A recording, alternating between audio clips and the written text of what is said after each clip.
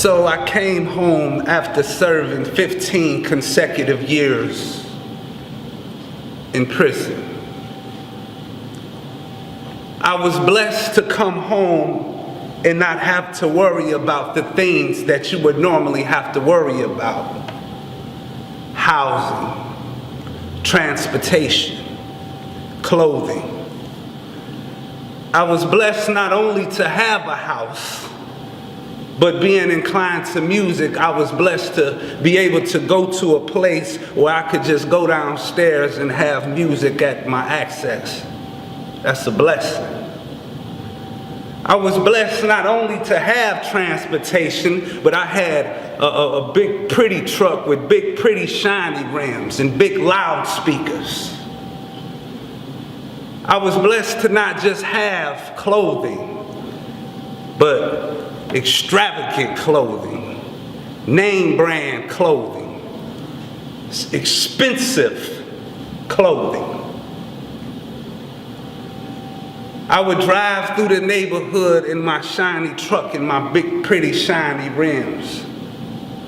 One particular house had a lot of children that used to run around and play, and every time I would drive past, they would run behind the truck, waving, laughing as if I was some sort of celebrity, driving my pretty chrome wheels over potholes and squalor that I created. It started to feel like I was poking fun at those children. One day I rode past and the house was burned down. I sat there at the stop sign and thought, what happened to the children? It began to dawn on me that you weren't spared to party.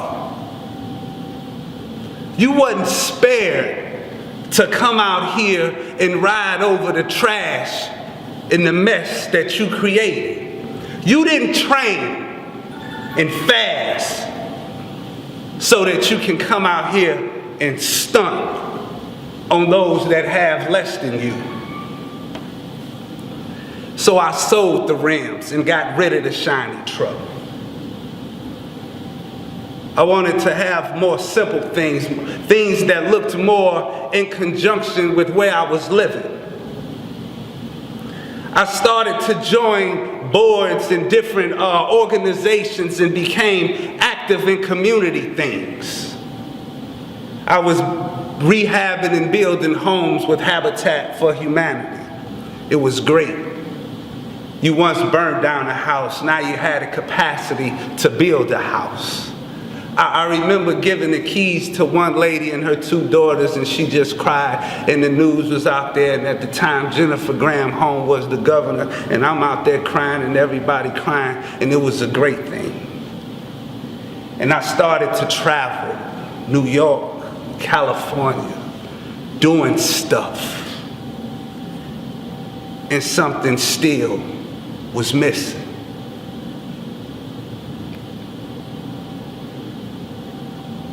The mess that I made and the things that I was doing, it's like everything that I was doing was to the benefit of another neighborhood, was to the benefit of somebody else's mess.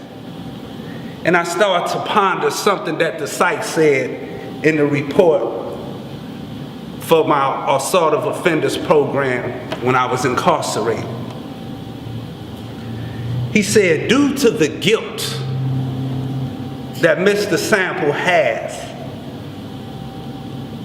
in regards to matters relative to his offense, upon being released, his success lies upon finding meaningful work.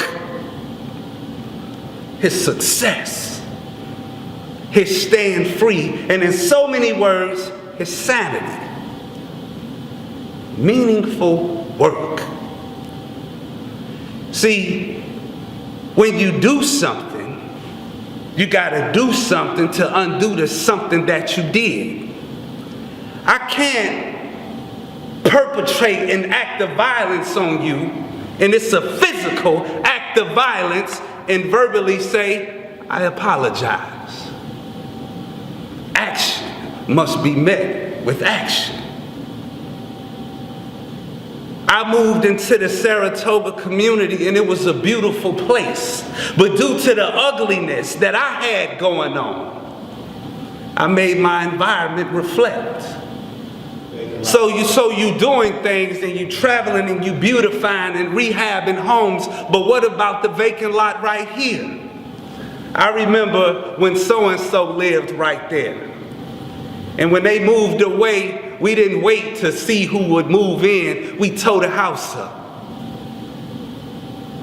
And we tore the next house up. And when you drive through there now, it looks like a third world country or as if someone had dropped a bomb. What about that mess? Why do you have the capacity to build?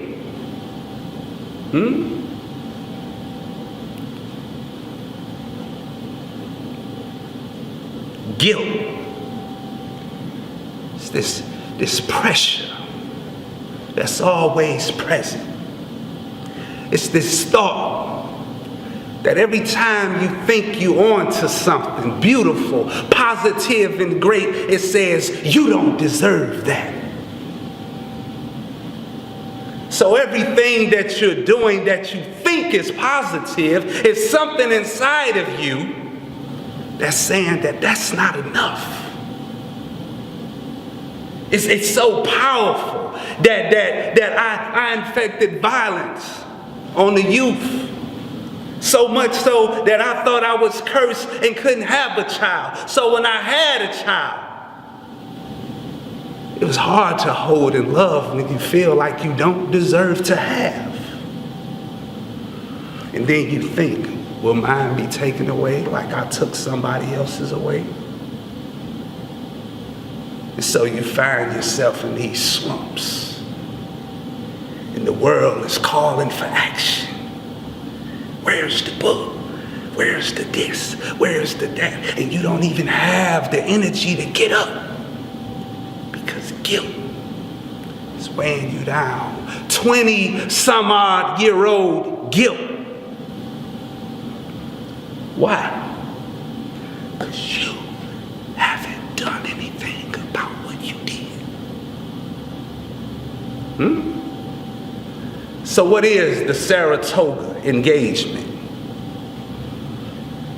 The word engagement signifies something intimate, like marriage of sort, a commitment. At first we said Saratoga Project. We know what projects done for the people, right? So we needed an engagement, not something that you embark upon and then once you think it's concluded you move on, but something that you marry to. For me, it would have to be a lifetime commitment.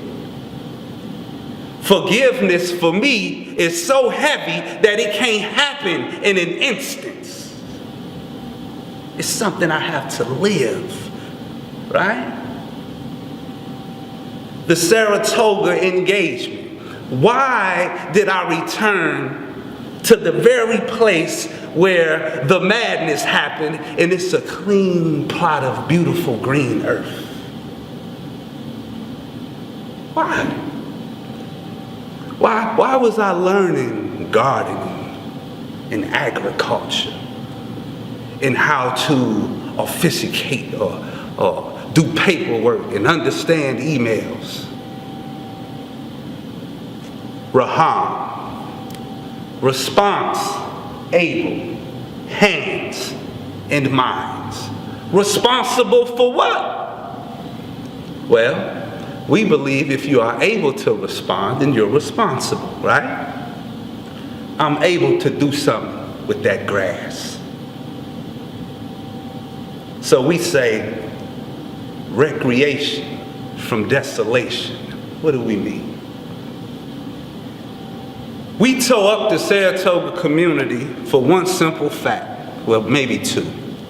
Ignorance atop idle hands, right? We always heard that idle hands is the devil's workshop. Aside of the milk crate that we cut out and put up on the pole, we had no place for recreation. The park was drug infested. Stuff happened at the park. It wasn't safe.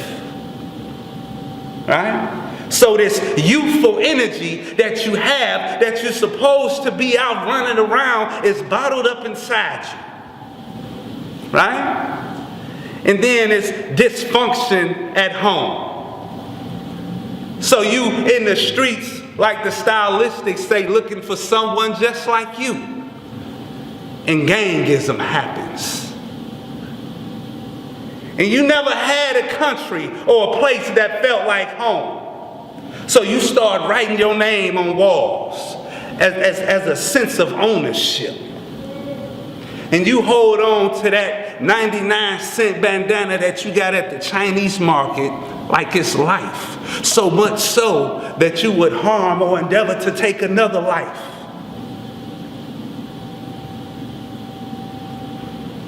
So recreation. We can't do nothing on Saratoga until we get a place to do things. A place to put a computer and extract some Wi-Fi. A place to put some chairs and call the youth out the street and sit them down and talk about and do things relative to life, like learn how to rehab, build, grow. Right? So phase 1 of the Saratoga Engagement is a building. A basketball court, lit up, beautiful, strong, square plumb, right? A garden with tires painted and flowers planted and fences with the children's hand, right? Something to inspire the senses. It's beautiful new homes in the Saratoga Engagement, but when you engage the people, they say that they fear coming outside. We got images of little boys kicking basketballs through broken glass and potholes and stones. So something as simple as a basketball court, right? A track to walk with a bench here to sit, read a book.